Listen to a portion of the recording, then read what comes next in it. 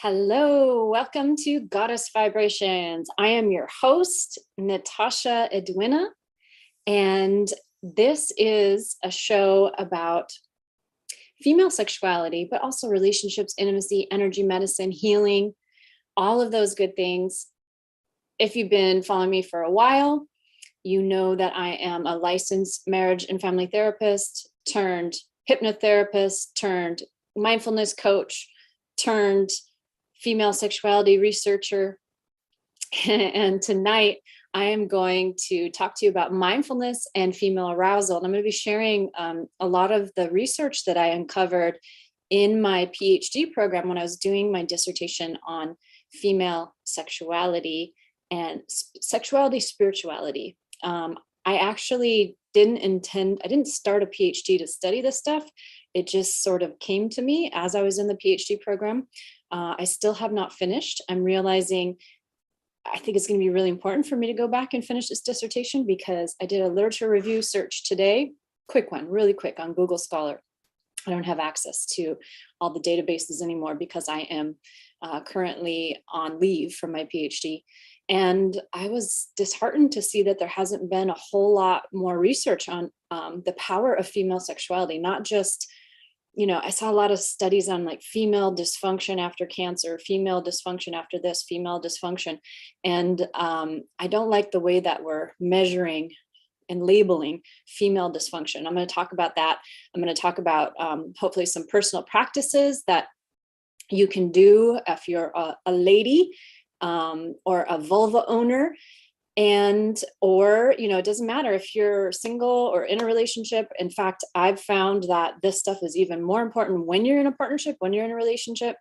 And why is sexual energy important? Oh my gosh, it's our creative life force. It's our creativity. It's our power in the world. It's the feminine energy that attracts things to us, goodness and abundance and resources and all of those things. It's so much bigger than sex. But when you get good at this, cultivating this energy and keeping your arousal high, obviously a wonderful side effect is a very satisfying sex life. So I'm going to talk a little bit about some of the research there too.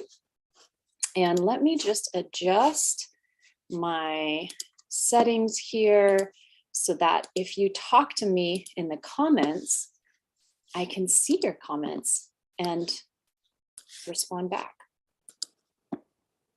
Okay. Oh, let me get that. There we go. Okay, so gosh, where to start? Well, first of all, let's start with what intrigued me with this topic. I was taking a course in mindfulness in my PhD program. And I thought, how strange to have a full course on mindfulness when mindfulness was really interwoven throughout all of the coursework of this PhD. It's a PhD in mind-body medicine, also known as psychoneuroimmunology. It's really the study of the nervous system and how your mental health is determined by the nervous system and its connection to the gut through the vagus nerve and the microbiome, all the bacteria in your body. And it's also the study because of our mental health and our thoughts and our stresses, how stress impacts our health and our immune system in particular. So stress goes up, immune system goes down. Stress goes down, we learn how to heal and relax the nervous system, immune system goes up. See how that works? Really relevant science to know these days. And the way that sexuality ties into this is, well, first of all, a woman's, oppressive experiences, let's say traumas out in the world, whether they were directly done to her, or it's the way we treat women or talk about women in our society or objectify women, all of that oppression is held in her erotic anatomy. That's one problem with calling it female dysfunction. Is it really dysfunctional, or is she responding to something that's going on in the world and her environment, right? That's one thing. So we have these traumas, or maybe you had something directly done to you. Somebody touched you in a way that was inappropriate, sexual abuse, these sorts of things. You need to heal that trauma in order to fully expand that energy center, to heal your erotic energy. And more so than having, again, like I said, a satisfying sex life, you want to use this energy to really just go out in the world and create and, fulfill your life purpose and do what you're supposed to do. It's your power. It's your second chakra, your sacral energy, your money, power, sex, right? And so in order to heal trauma, we have to heal the nervous system. And so there's mindfulness is a way to heal the nervous system, right? And to practice. I've got a little spider friend here. She's crawling all over my keyboard. She was on my screen earlier. Hope she just stays over there. I'm gonna have to look up spider animal spirit guide after this. I do know it has to do with feminine energy though, because it's a web, it's a interrelated, interconnected system. And that's what female sexuality is. So I have a feeling that she's here just to be like, right on, sister, I got you. I'm validating that for you.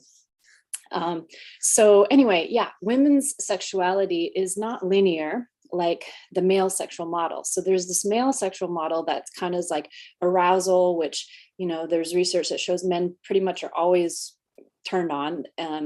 They can just, see a stimulus and they're ready to go. Women don't tend to be like that. Only about 10% of women. And there does seem to be a connection with testosterone too, because there's some women that have higher testosterone levels.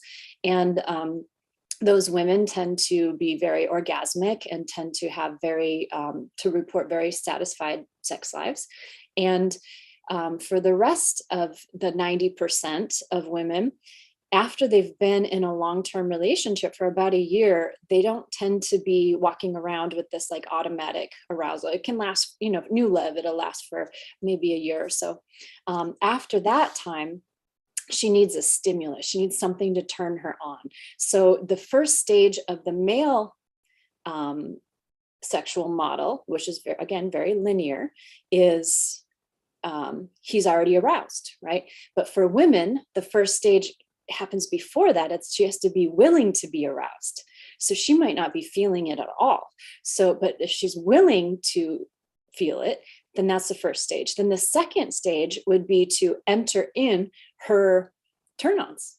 And this is going to be different for every woman. So that could be exciting for you if you're her partner, because it's always changing and novel, which is, by the way, one predictor in one research study about extraordinary sex lives as opposed to ordinary sex lives is the introduction of novelty. And novelty means variety. It doesn't mean like crazy kinky stuff. It just means a variety of newness in life and daily routine, which the feminine craves, needs, desires. So she has to have this turn on that's present to her. And again, that could change for her. And it usually does for women that I know, that I've worked with myself. It changes depending, as she grows and has new appetites or whatever. So you introduce one of those turn-ons, and then now she's matching that male cycle. So you can see now, if we've already compared women to men, we're already labeling them dysfunctional because they're not as like hot and ready to go, right? 90% of women anyway, as compared to their male peers. Now, there's differences in men's libido too. A lot of this is a topic for another day, but a lot of this is because of low testosterone, and it's happening because of pesticides, chemicals in the environment, plastics, microplastics. All these things are killing male testosterone, as well as vegetarian diets that are really heavy in soy. It adds, all of these things add an estrogen-like effect, and it can kill testosterone.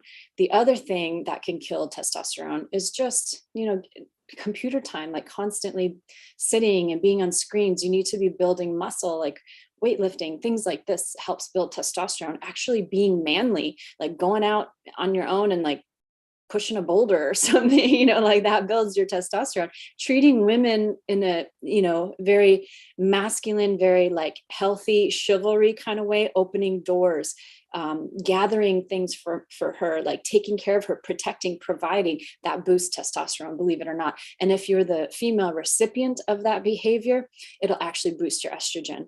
I noticed that when I'm being well protected, provided for by a male partner, my skin gets very glowy and nice, and my boobs get bigger. That's estrogen going up, right? And so you can see when I'm not telling you to follow traditional gender roles if they don't work for you, but you can see that we are built with this cocktail of hormones. And when we respect that and we align with that, that we actually improve our fertility, our energy of these hormones going through our body. So, okay, so that's a little bit on that. So now where were we? We were at the arousal phase, the turn on, right? So now a woman has been turned on. Okay, it takes men somewhere around 5 minutes between like stimulus and orgasm.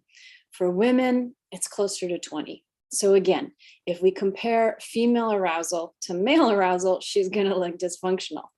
She's far from dysfunctional, anything but it, because while it may take 20 minutes for her to get to that same orgasmic release as a man, she's multi-orgasmic. So that first orgasm, it just opens the door for more and more and more, should you choose to make it a marathon, right?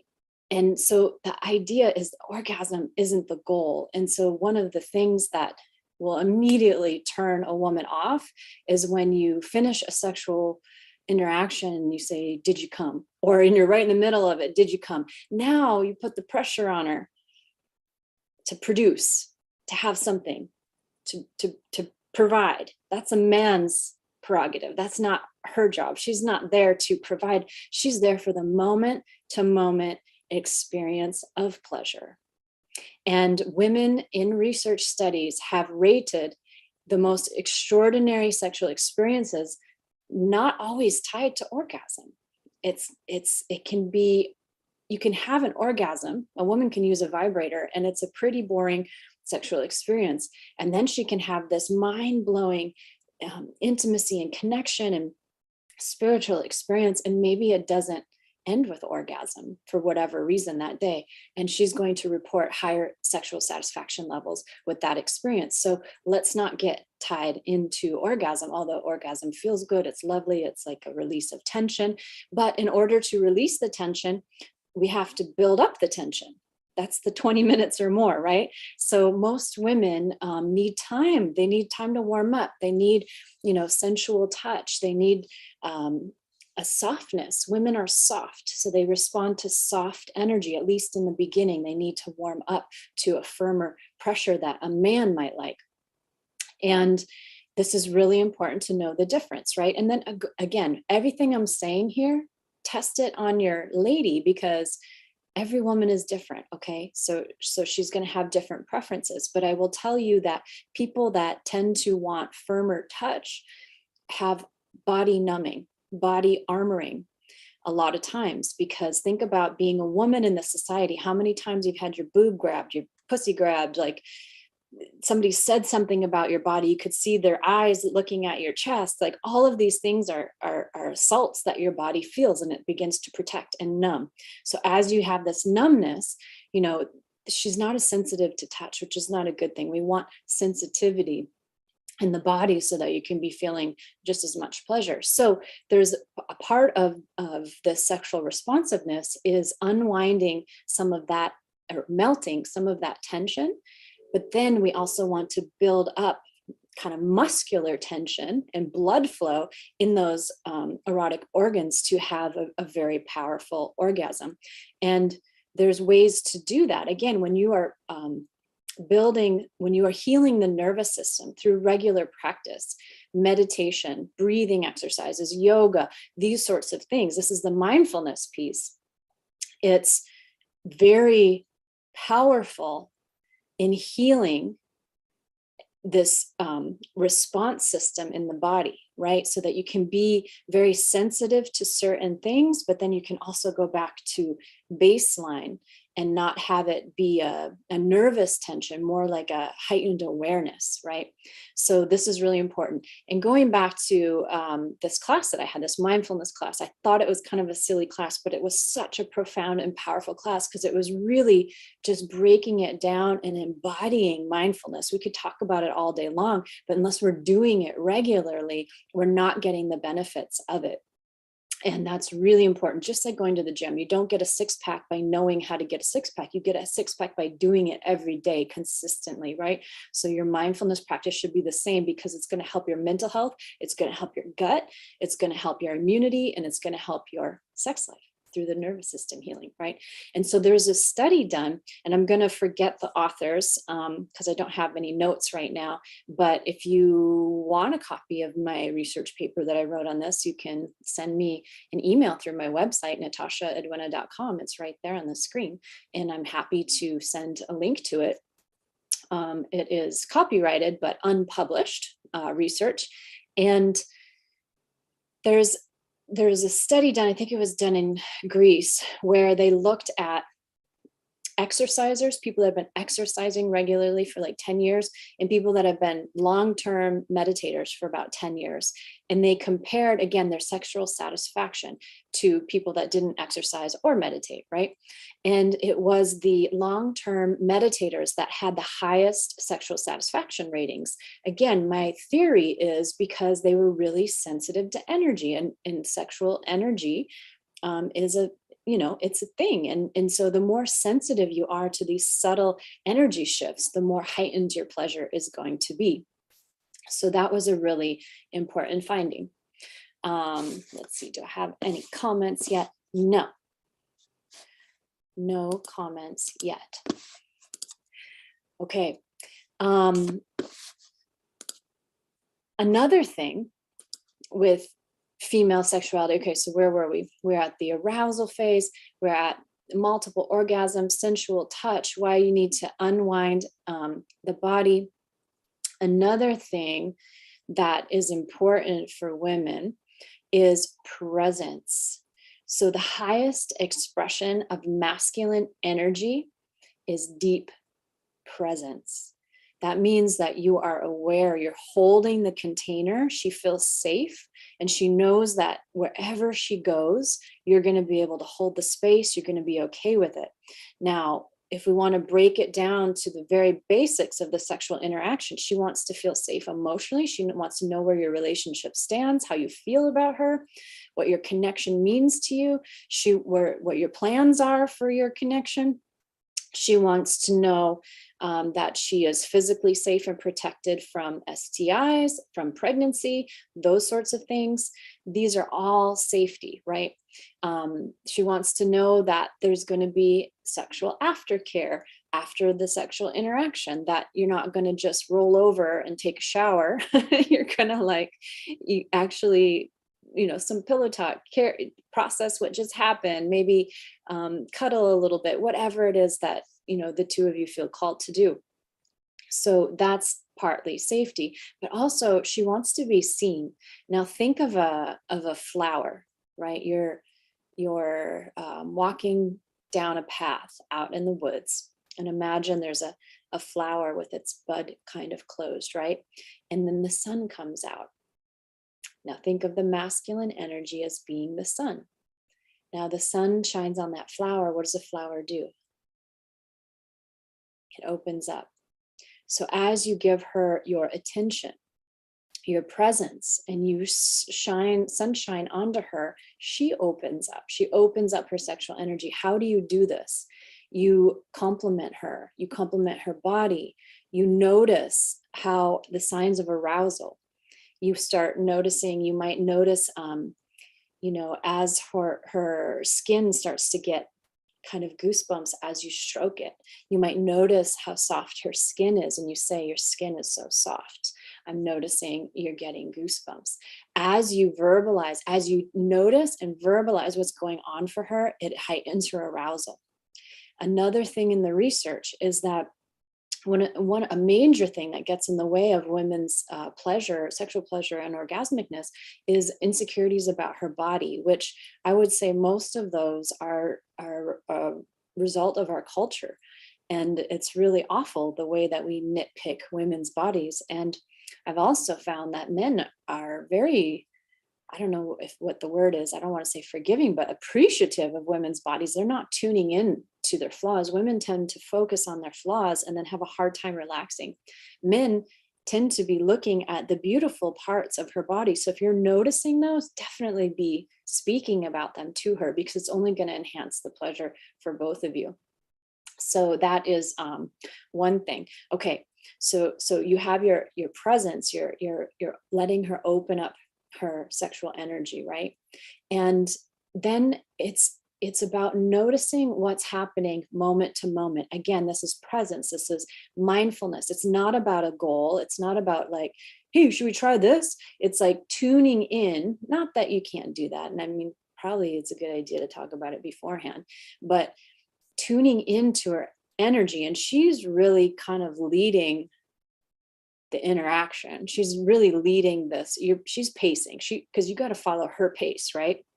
And really, what leads to a very sexually satisfying experience for a man also is if he's pleased his feminine partner, right? Or I should say the masculine. If he's pleased his feminine partner, that's what leads to his sexual satisfaction. So again, she's leading this interaction, and you're understanding kind of how her body works, how to play her body. Again, there's going to be variations from woman to woman. And there's variations depending where she's at in her cycle. There's variations depending on her general sexual energy style. There's something called the erotic blueprints. You can go to I think it's missjaya.com or Jaiya, who's a sexologist.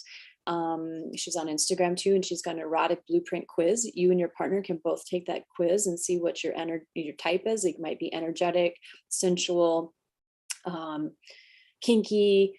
What's the other one? It's shapeshifter, where you're kind of all is good for you. You kind of adapt to whoever your partner is. But if you are a sensual type, for instance, and she's had a very stressful day, she's probably going to need like a massage or, help, like a clean house to come to, home to, or the kids kind of put to bed already, or running a bath, or lots of pre-care before she can even begin to feel her arousal again, because she's so affected by her environment and all of her senses, right? So it's really important to know this. If you're an energetic type, either male or female, but we're talking mainly about female arousal right now.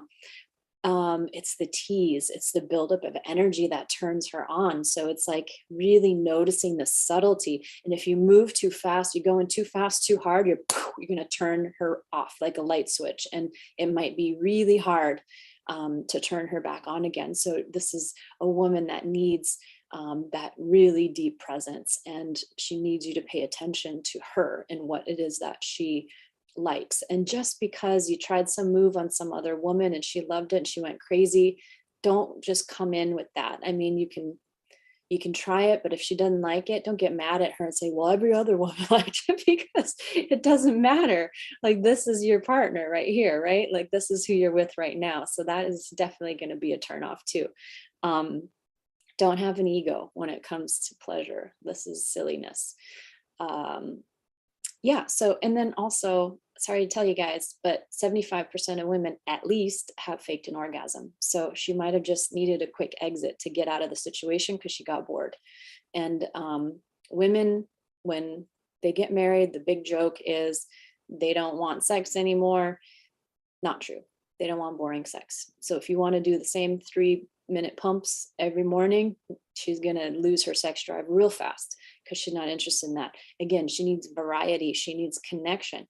The woman's brain lights up like all over her brain during a sexual experience. And there's a part of her brain that lights up as if she's having a spiritual experience. My friend Golden Drake said on a podcast, of course it would light up as if she's having a spiritual experience. She's actually calling a womb or a soul into her womb.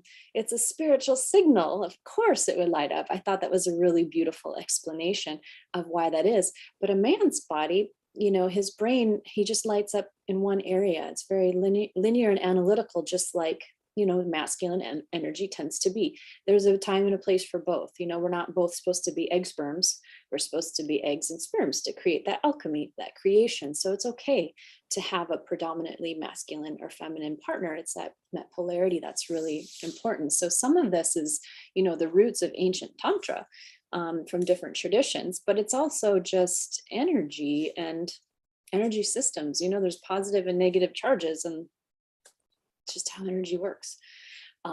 Okay, so definitely be paying attention, presence, know what she's wanting, know what she's desiring. If she wants it different next week or in 3 weeks, don't get frustrated. That's partly how the feminine is. It's this wild energy. Gosh, I'm giving you guys so much already.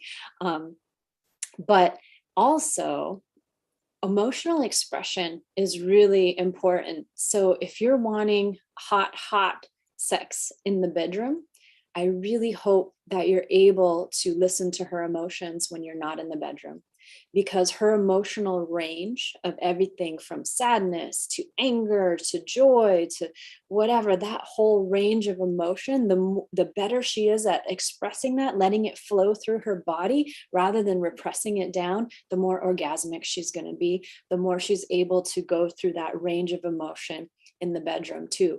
And so society really suppresses this. If you're the masculine in her world, get really good again at holding space for that. Also, I think it's really important for women to have circles of women who are really good at holding space for this, and they don't get threatened by this emotionality, right? Because some men are just frozen. They don't know what to do when they see this or witness this. So that is really important too. And on that note, I think I'll have a future podcast on this, because it's really hard. And I mentioned this in my newsletter when I advertised this episode. It's really hard to stay in our feminine energy as women, because the world is built on an overabundance of masculine energy. And if you doubt that notion, I mean, look at Putin bombing Ukraine. That's just like masculine, going to kill. I just listened to a podcast with my co-facilitator of my mind body trauma healing group inclusion, Shofar Graves, with Master Yao, who is he studies Tantra and sacred sexuality. And they were talking about this, where a woman's feminine energy is really what brings things to her. She's not meant to kill. Men are kind of built to kill. That's not how women operate.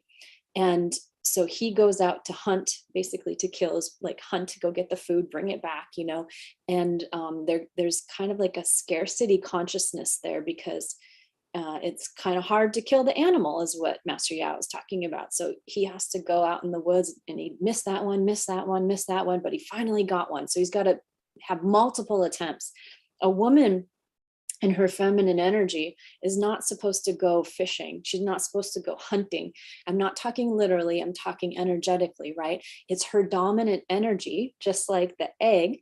She's not the sperm, she's the egg. She's the egg wisdom. It ripens. It's in the mother's body for 3 generations. It's in, because her mother was in her grandmother's body, born with her eggs. So she was actually in her grandmother's womb, right? That she waited a long time to have those eggs ripen. And so she's patient. She takes time. This is a metaphor for female sexuality. It has to take time to ripen, right? And it becomes so ripe and so juicy that the sperm just knows to like go after it. That's the masculine energy, going after it. But in a world where we really have to go after resources in order to be independent, that puts women in their masculine energy a lot, and it's not her predominant energy. So we have to relearn our feminine energy to balance that and to attract, magnetize abundance to us, good things to us. Because again, like Yao said, is the role of the masculine, and you'll read this too in a book called Extended Massive Orgasm by Vera and Steve Bodansky, where they talk a lot about the sexual energetics. But the role of the masculine is to bring the resources to the feminine, and then she creates with them, right? Again, it's just going back to sperm and egg and the alchemy, but he brings the money, he brings the food, she makes dinner, he brings the resources, she creates a home out of a house.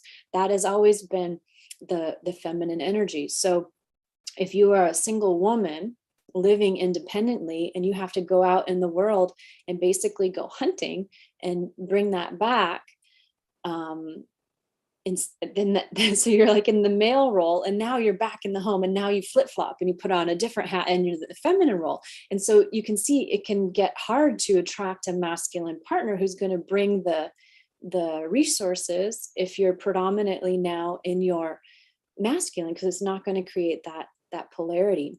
So I'm not saying that we can't flip-flop back and forth, but nobody's really supposed to be spending the majority of their time in their non-dominant energy, because it's inefficient and it starts to exhaust our energy system. But, we need to do what we need to do. And there's a lot of confusion now. There's a lot of, I would say, men that are wanting to heal their feminine energy, and they're not fully online with their masculine energy, or they're confused about feminism, and they're like, oh, these ladies want to pay for dinner, or they can buy their own food or whatever, so I'm not going to step up and be masculine or chivalrous anymore. And then it just further upsets that balance, right? So something to keep in mind, especially if we're wanting that juicy attraction. And I always think of a coach friend of mine. We got together and we were talking dating, and sometimes it could be a little challenging to date when she's also a trained therapist, because things that are that the relationship dynamics that maybe other folks aren't really tuned into. And she had this really nice dinner that this man invited her to, and the check came and it just sat there, and she's wanting to stay in her feminine energy, so she didn't go lead, she didn't hunt, she didn't grab the check, and he didn't grab it either. And then eventually he grabbed it and he said, well, do you want to split the check? And she said, she thought to herself, not if you want my pussy to get wet. And that's it.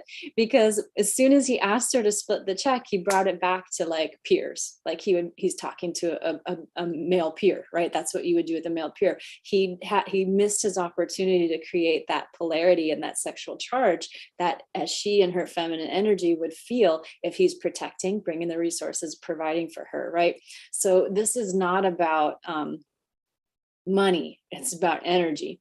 So if you don't like that idea, here's another reason why I think it's really important for guys to pick up the check.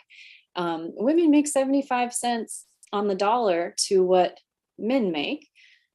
Black women make 65 cents on the dollar to what men make, and Latino women make 54 cents, I think, on the dollar to what men make. So society's still in your favor, so maybe it's okay to pick up the check every once in a while, even for your friends, right? Even for your friends that are female. So, but that chivalrous behavior will go a long way through creating that polarity. Even if you're married, even if you share the same bank account, my ex-husband used to do this all the time. We'd go out to dinner, he would always pay. Both of us were putting money into the account. We were both paying, but it was just the ritual of it created more attraction and more romance, right? And passion. So keep that in mind. Oh, let's see I've been talking for a long time. What else is there to share with you today on mindfulness and female arousal? Let me tune in.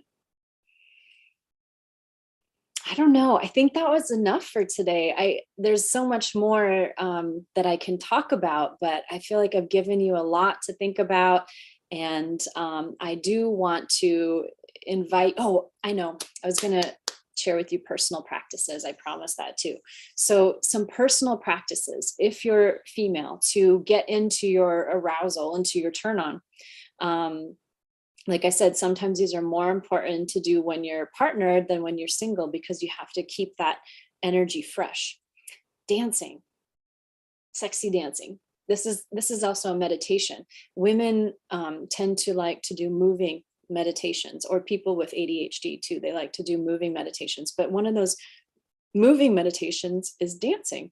So you can put on some music that makes you feel sexy or that brings out an emotion. First thing in the morning, you can start while you're still laying in bed. Really important to start your day with positivity, whether you're thinking gratitudes, writing gratitudes, journaling, definitely stay away from your phone, but putting on some energizing or like sexy music is a great way to stoke your fires before, just as soon as you open your eyes, because you're still kind of like in this hypnotic state between dreamland and waking consciousness. Really powerful, really, really powerful to use this state. I'm saying that as a hypnotherapist. So put on some sexy music, maybe one song, maybe one song is all you have time for, but on other days, maybe you do several. I think I had like 6 songs this morning. So you can start, and it doesn't have to be choreographed. You're not performing. This isn't what's so nice about doing it by yourself. And having quiet time. You're not performing. You're just moving the sensations through your body. Right now, if you're the type of woman that gets visually turned on by watching yourself in the mirror, definitely be looking in the mirror. It's a good way to get really comfortable with your body, which then is that other piece of feeling confident in your body, which leads to your heightened sexual satisfaction. So you could do this, you could wear sexy jammies before you go to bed. So you wake right up and there you are, kind of in your comfortable lingerie, or you could dance naked. Or you could put on lingerie right away in the morning, whatever you want to do. So that's one way, that's one personal practice. Another personal practice is nutrition, like really good nutrition. You want to stay away from sugar. That's a boner killer for both men and women. I have a 5-day sugar cleanse. If you are interested, I would love to get you started on that. I also have some supplements that have saffron and ashwagandha that help with increasing libido, decreasing stress, increasing immunity. So make sure you have that piece down. That's going to be really important. Stay away from plastics and all those things that mess up hormones, birth control pills, hormonal birth control, no bueno. Get off of that as soon as you can. Start looking at more natural methods. It's very, very possible once we track our body, which again is mindfulness, being aware of what our body's doing and even our fertility cycles. What are some other personal practices would be having a group of women.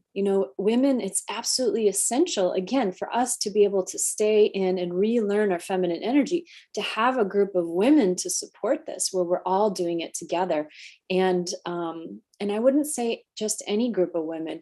You want to be with a group of women who are devoted and dedicated to unwinding their internalized patriarchy.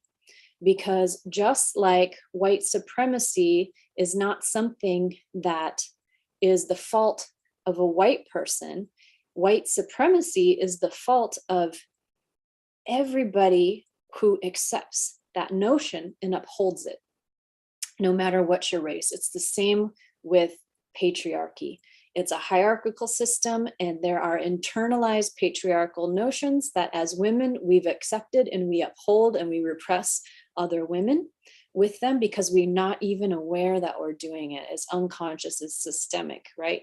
So we want to unwind these things, and women that are committed and devoted to continuing to unwind this, those are very safe women to be around, because they are going to hold a safe space for you to blossom into your feminine energy and not be judged against a masculine model, I guess we would say.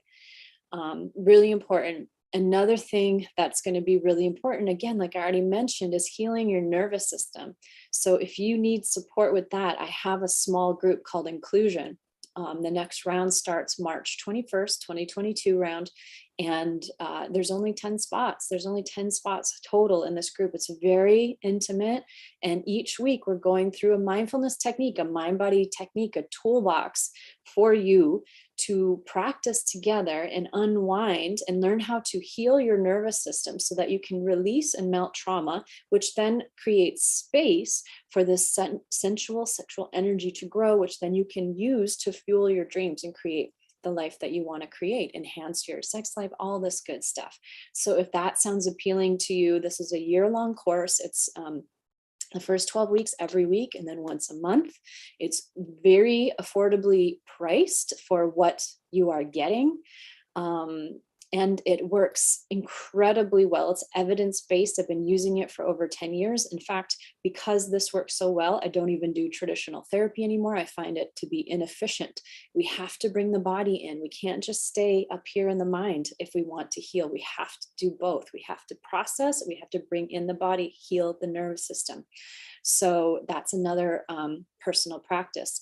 And then just in general, feeling pleasure, creating pleasure every day. Like Dr. Christiane Northrup talks about not saving the sexy underwear for a special occasion. Wear it. Today is a special occasion. Wear it now. Get rid of all your ratty underwear. If you're a man or a woman, don't have that stuff in your drawer. I drink the sparkling water in a fancy glass that is meaningful to you because somebody gifted it to you. That's a little bit of pleasure. Put on some red lips. That's a little bit of pleasure. Put on some essential oils in the diffuser. Have some soft, furry fabrics and some nature. This is not real because I can't keep it so green and pleasurable when is in this dark, shadier spot. But do what you can to bring ambiance into your environment. I also have some musical instruments. I have pictures and artwork and flowers and spiritual symbols all over my home because that brings me a feeling of pleasure and peace. And my erotic blueprint is sensual, energetic, those two combined. So you can see that my environment is very important to me, and I'm very much sensually aroused. I'm a Taurus too, so that makes sense. So important to know how you're oriented. There's a lot of people out there teaching self-pleasuring techniques and yoni wands and yoni eggs, and all of that stuff is really cool. But I think it's still kind of surface level, and it's a good habit.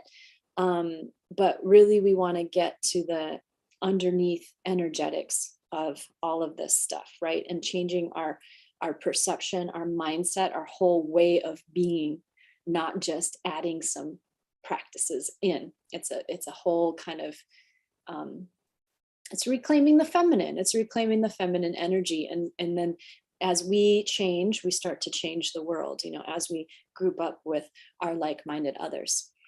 So yeah, so that's what's going on. Like I said, if you want to join me in inclusion, contact me on my website, or you can contact me at hello@natashaedwina.com. I would love to speak to you more about it. I also have a lot of research studies and papers I'm happy to share with you. If you want more books, if you need book recommendations, feel free to reach out. This stuff, again, is not something that I meant to go out and study. It seems like I've tried to do other things for a long time, and it just, it's like yanks me back here. And, there's a lot of shame that gets projected at me for even talking about this stuff, for using this vocabulary, for sexual words. And so it's not something I would ever really choose, because if I cared what people thought about me, but I'm here to really help people and to really heal relationships. And I think that we can all create extraordinary relationships, and an extraordinary sex life is a big part of that. And I promise you that if you are a heterosexual male-female couple, if you follow her lead and you start to open up to these new ways of understanding her sexuality, it's going to be so good for you too. And that's what the research is also showing. Once we teach couples how to do this mindful moment to moment kind of interactive sex rather than this goal-oriented sex, men are experiencing incredible energetic orgasms, as well as women. And that might be a topic for another podcast, energetic orgasms. But anyway, happy to answer any questions that you have. Contact me. And I will see you next week for another episode of Goddess Vibrations, the Spiritual Sexual Empowerment Show. Thank you for being here with me. Thank you, Queens, for staying on your throne and reclaiming your feminine energy. And I will see y'all